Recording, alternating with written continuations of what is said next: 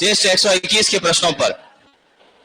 साथियों, पहला प्रश्न है, ऐसा ट्रांसफार्मर जिसमें कोई हानि नहीं होती है। आप सब जानते हैं जिस ट्रांसफार्मर में कोई हानि नहीं हो यह तभी संभव है जब हमारे वाइंडिंग का रेजिस्टेंस क्या हो जाए, जीरो हो जाए। वाइंडिंग रेजिस्टेंस जीरो हो जाए, हमारी लीकेज फ्लक्स क्या हो जाए, जीरो हो जाए, हमारा पीएच जीरो हो, पीई जीरो हो, साहब आपका पीसीयू भी जीरो हो।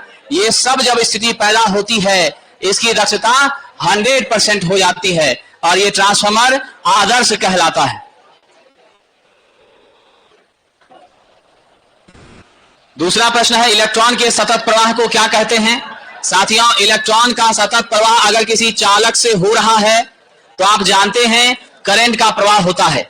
I equal to Q by T, इसका unit ampere, ampere equal to coulomb प्रति सेकेंड। इसी को लिखते हैं N into E by T भी, क्योंकि आपका चार्ज क्वांटाइजेशन ऑफ इलेक्ट्रॉन होता है और Q इक्वल टू कितना होता है, N इंटू ई। और आप जानते हैं इलेक्ट्रॉन की प्रवाह जो होती है उसके बिल्कुल विपरीत किसका प्रवाह होता है, बिल्कुल इलेक्ट्रॉन की प्रवाह के अपोजिट जो है आपकी धारा का प्रवाह होता है। और आप जानते हैं धारा हमेशा उच्च विभव से कहां जाती है, निम्न विभव की ओर जाती है। राइट आंसर क्या हो जाएगा, बी नंबर धारा।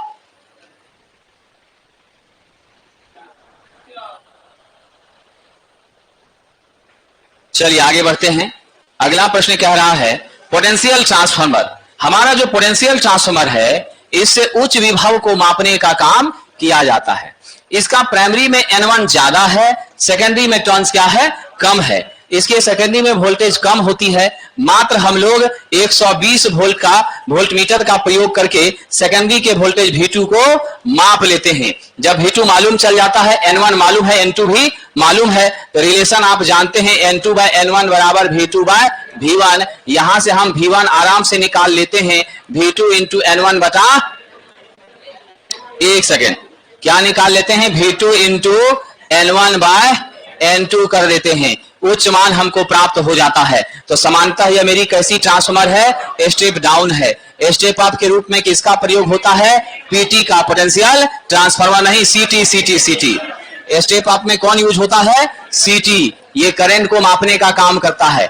इसमें नॉर्मली हमेशा याद रखिएगा हमारे सीटी के प्राइमरी में 1-2 टर्न मुश्किल से रहता है, बहुत कम टर्न रहता है।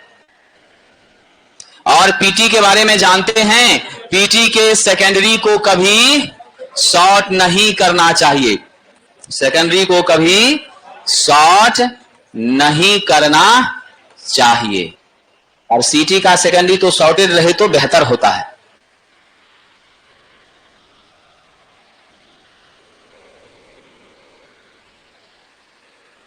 हाफ वेव रेक्टिफायर, इसमें कितना डायोड लग रहा है, एक ही डायोड। कौन सा डायोड है, पीएन जंक्शन डायोड है। सिर्फ किस बायस में काम करती है, फॉरवर्ड बायस में काम करती है। इसीलिए सिर्फ पॉजिटिव हाफ जाता है, नेगेटिव क्लिप आउट हो जाता है, खत्म हो जाता है।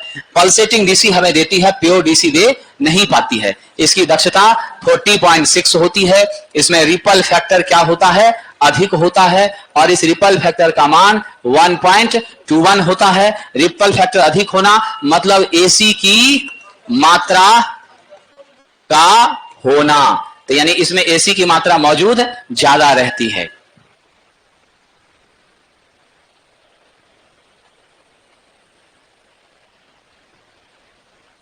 प्लेट भूयोजन के लिए साहब आपके साथ, आपको याद है जीआई का प्लेट है तो 60 cm गुना 60 cm गुना 6.35 mm ये मोटाई है।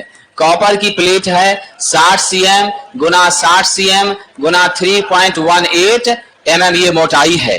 अब हम जो गहराई करते हैं साहब, हम 1.5 से 3 मीटर करते हैं, ये हमारा क्या है, न्यूनतम है। अब हमारी नमी अगर नहीं मिलेगी तो हम और भी गड्ढा करेंगे, लेकिन कम से कम 3 मीटर का गड्ढा करते ही करते हैं। इसलिए राइट आंसर क्या हो जाएगा, कम से कम 3 मीटर तो होना चाहिए, उससे कम का कभी भी करने का प्रयास नहीं करते हैं। अब जब दलदलीय जमीन है, नदी के किनारे कर रहे हैं, तब तो बात ही खत्म है। लेकिन नॉर्मली जो है हम लोग 3 मीटर तो गहराई करते ही हैं, 3 से ज्यादा भी करते हैं। लेकिन अगर नमी नहीं मिल रहा है तो 4, 5, 7 तक भी जाएंगे। संकर्षण कार्य करने के लिए साहब ट्रैक्शन में हमें ऐसे डिवाइस की जरूरत पड़ती है जिसका क्या हो, उच्च प्रारंभिक टॉर्क हो और स्पीड क्या हो जाए साहब, एडजस्टेबल, यानी स्पीड रेगुलेशन क्या हो जाए साहब, स्पीड में परिवर्तन आसान हो। क्या हो साहब, स्पीड में परिवर्तन आसान हो। क्योंकि आप जानते हैं जब हम ट्रैक्शन पर होते हैं, ट्रैक्टिव इफर्ट जहां लगता है, जब इलेक्ट्रिक सप्लाई से हमारी व्हीकल चलती है तो वैसी परिस्थिति में स्पीड कम, कभी ज्यादा, कभी कम, ब्रेक भी करना पड़ता है, रोकना भी पड़ता है, तेज भी चलाना पड़ता है। तो जो स्पीड में परिवर्तन जिसका बेहतर हो सके और स्टार्टिंग टॉर्क उच्च हो सके उसका प्रयोग करते हैं। सबसे फेवरेबल मेरी कौन होती है, डीसी सीरीज मोटर होती है।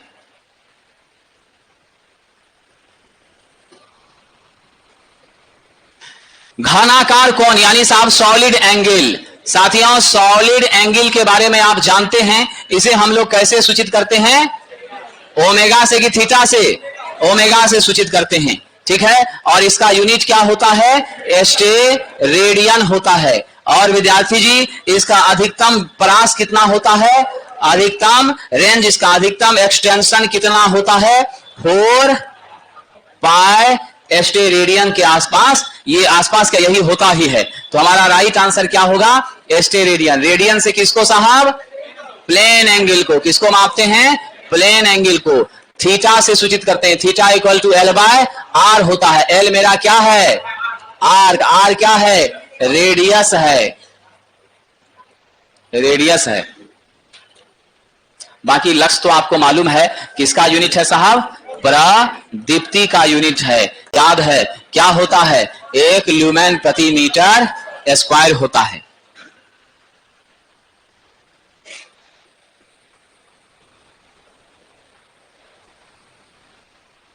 चलिए आगे बढ़ें।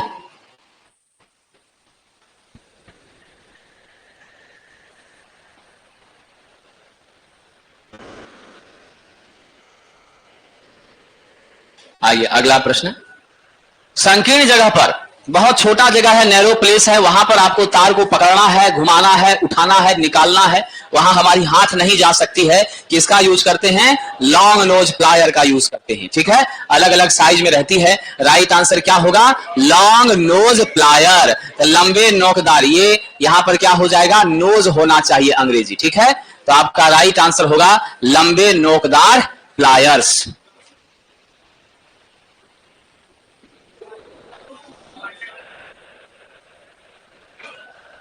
रेती में प्रयुक्त होने वाली सामग्री क्या होती है साहब, ये हमारी रेती है।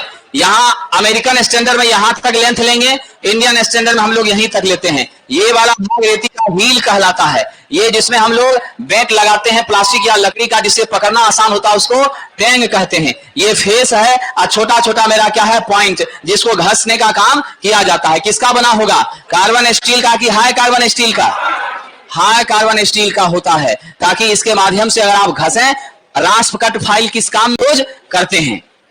बाकी सब आयरन वगैरह, लोहा वगैरह, मेटल वगैरह सब पर चलेगा।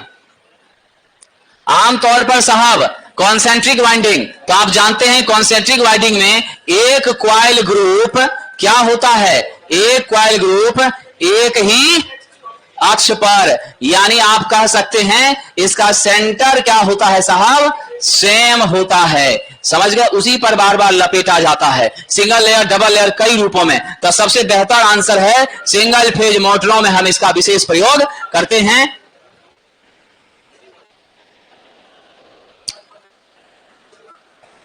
ट्रांसफार्मर में एक ही प्रकार का ट्रांसफार्मर थोड़ी है, अगर लिखा रहता कोर टाइप ट्रांसफार्मर तब ना सोचते। ट्रांसफार्मर मतलब कोर भी होता है, सेल भी होता है, बैरी भी होता है, सिंगल फेज, 3 फेज सब होता है, ठीक है। सिर्फ ट्रांसफार्मर बोलना उचित नहीं है, समझ गए। कोर टाइप में कॉन्सेंट्रिक यूज कर लेते हैं, ये बात सही है, लेकिन हम लोग सेल में सैंडविच या इंटर लीव्ड का प्रयोग करते हैं। अलग अलग स्टैंडर्ड सबका होता है, उस हिसाब से करते हैं। इसलिए सबसे बेहतर जो है वह सिंगल फेज के लिए ही उचित माना जाता है।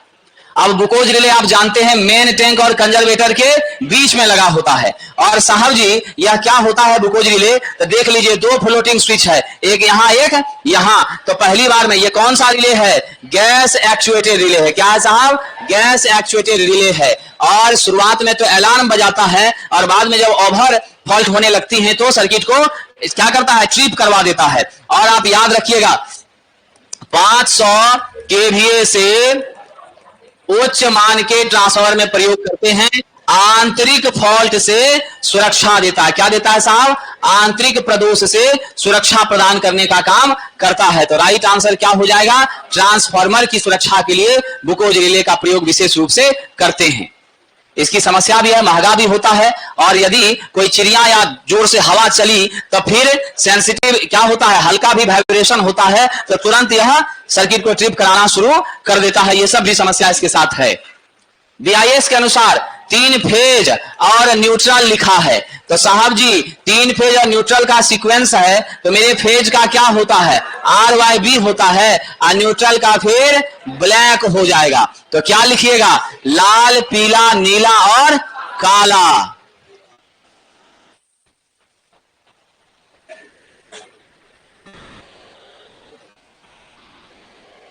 चलिए आगे बढ़ें।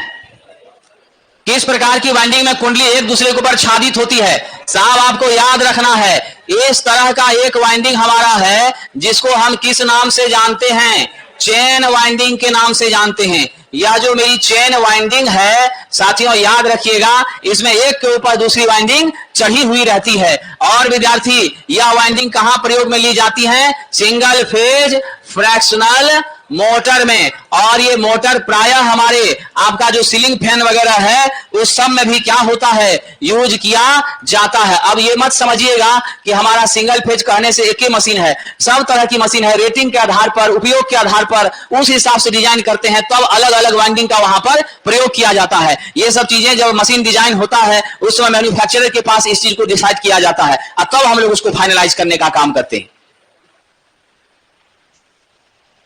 वोल्टेज रेगुलेटर में साथियों आपको मालूम है वोल्टेज रेगुलेटर क्या करता है, वोल्टेज को कांस्टेंट मेंटेन करने का काम करता है। क्या करता है, वोल्टेज को साहब कांस्टेंट मेंटेन करने का काम करता है, नियत रखने का काम करता है।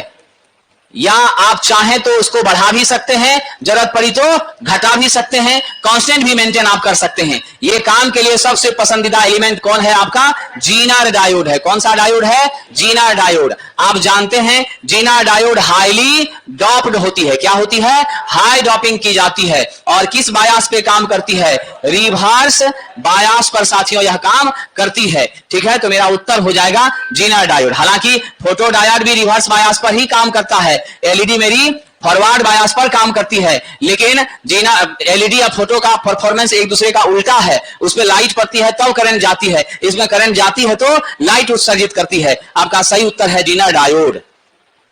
आजकल तो हम लोग इलेक्ट्रॉनिक रेगुलेटर का ही यूज करने लगे हैं, और अब इलेक्ट्रॉनिक रेगुलेटर के में हम लोग किसका किसका यूज करते हैं, टायक का, ड्रायक का, ठीक है ना, triode for AC, डायक, diode for AC, वो सब का प्रयोग करके जितने वोल्टेज में पंखा को चलाना है या डिवाइस को संचालित करना है उतना ही वोल्टेज हम प्राप्त करते हैं। मेरा बिजली बिल भी कहीं कहीं क्या होता है, बच जाता है। इस वजह से हम उस तरफ बढ़ना शुरू कर दिए हैं। पीक फैक्टर विद्यार्थी जिसको केपी से सूचित किया जाता है, आपका केपी क्या है विद्यार्थी जी, केपी बराबर होता है मैक्सिमम वैल्यू, अब बटा क्या हो जाता है, आरएमएस वैल्यू। अब देखिए मेरा मैक्सिमम वैल्यू वीएम है, आरएमएस क्या है 0.707 वीएम, वीएम कट गया 1/0.707 बराबर क्या आ गया, √2 यानी 1.414। ये पीक फैक्टर होता है किसके लिए, आपका एसी साइनोसॉइडल वेव के लिए, अलग अलग वेव के लिए अलग अलग होता है। ठीक है, अब राइट आंसर क्या दे दीजिएगा, अधिकतम मान की तुलना में आरएमएस, तो ऑप्शन डी हमारा हो जाएगा। यहां थोड़ा अधिकतम मान की तुलना में आरएमएस कंपेयर टू मैक्सिमम, ठीक है, मैक्सिमम बटा आरएमएस, ऑप्शन डी। अगर फॉर्म फैक्टर होगा तो केएफ क्या होगा, आरएमएस बटा एवरेज की एवरेज बटा आरएमएस, आरएमएस बटा एवरेज की एवरेज बटा आरएमएस। बिल्कुल सही है विद्यार्थी जी। क्या होता है form factor KF, RMS value by average value होता है, यानी 0.707 वीएम अब बटा 0.637 वीएम कट करके कितना देता है 1.11। किस केस में, साइनोसॉइडल में। अगर मेरा रेक्टेंगुलर वेव रहे तब क्या होगा, अगर रेक्टेंगुलर वेव रहे या स्क्वायर वेव रहे उस परिस्थिति में क्या हो जाएगा, 1 हो जाएगा। क्या हो जाएगा? 1। उस समय मैक्सिमम वैल्यू भी 1, आपका साहब आरएमएस वैल्यू भी 1, एवरेज वैल्यू भी 1, यानी सब किसके बराबर होता है? मैक्सिमम के ही बराबर, इसलिए कट करके क्या हो जाएगा? 1।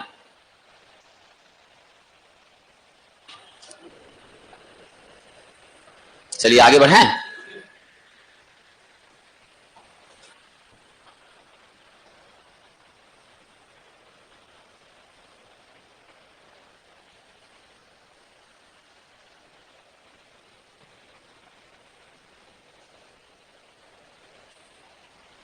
सीआरओ का पूरा नाम क्या होता है? Cathode ray oscilloscope, option number C. आप जानते हैं सीआरओ का हार्ट किसे कहते हैं? सीआरटी को। सीआरटी क्या होता है? कैथोड रे ट्यूब होता है। इसके माध्यम से देख रहे हैं ट्रायंगुलर, स्क्वायर, हर तरह का वेव का शेप पता चल रहा है ना। तो ये किस लिए प्रयोग किया जाता है?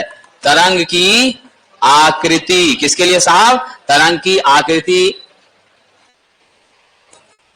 प्राप्त करने के लिए, साथ ही साथ आवृत्ति की गणना करने के लिए, ये सब काम करने के लिए, वेव का शेप हो गया, फ्रीक्वेंसी का मैग्नीट्यूड हो गया, ये सब कैलकुलेट करने के लिए हम किसका प्रयोग करते हैं? कैथोड रे ऑसिलोस्कोप का प्रयोग करते हैं। आजकल सीआरओ की जगह पर नया नया डिवाइस भी आना शुरू हो गया है। जर्मेनियम और सिलिकॉन कैसा पदार्थ है? सेमीकंडक्टर। दोनों के वैलेंस इलेक्ट्रॉन कितने हैं? 4 हैं।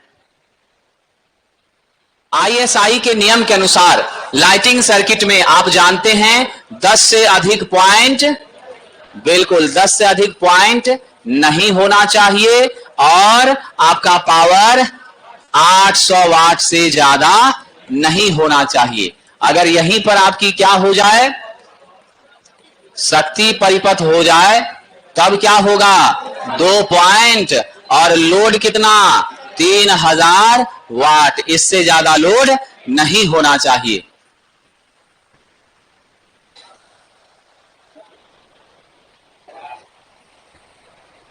चलिए अगला प्रश्न देखें।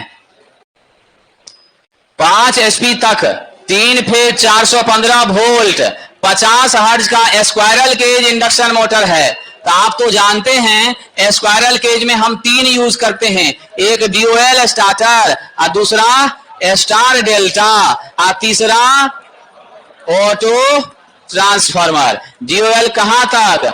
5 एचपी तक, स्टार डेल्टा 20 एचपी तक, और ये 20 से ऊपर। ये कहां करते हैं? 20 से ऊपर, 20 से अधिक एचपी पर। तो जब हमको दे दिया रेटिंग 5 एचपी, तो हम किसका यूज कर लेंगे? डीओएल का, डायरेक्ट ऑन लाइन का। पूरा नाम क्या होता है? Direct on line. क्या इसमें करंट वोल्टेज कुछ भी घटता है? नहीं, खाली सुरक्षा का उपकरण जरूर लगा रहता है, ताकि आपके क्या हो जाए? डिवाइसेस सेफ रहे, लेकिन करंट वोल्टेज को बिल्कुल घटाता नहीं है। फ्यूज, रिले सब इसमें सेट करते हैं हम लोग। ये तो सब बना ही लिया होगा विद्यार्थी।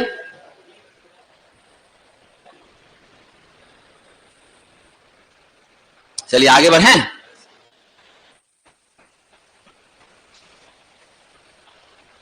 किसी सेतु दिष्टकारी में कितने डायोड होते हैं? ब्रिज रेक्टिफायर आप जानते हैं साहब, लेकिन यहां पर कहा है क्या? ब्रिज। आपको मालूम होना चाहिए, हमें जब भी ब्रिज की बात होती है तो वहां पर 4 एलिमेंट ही होते हैं। यह कौन सा रेक्टिफायर है? फुल वेव रेक्टिफायर है। और इसके माध्यम से जो हमें डीसी मिलती है, उसका रिपल फैक्टर कितना होता है?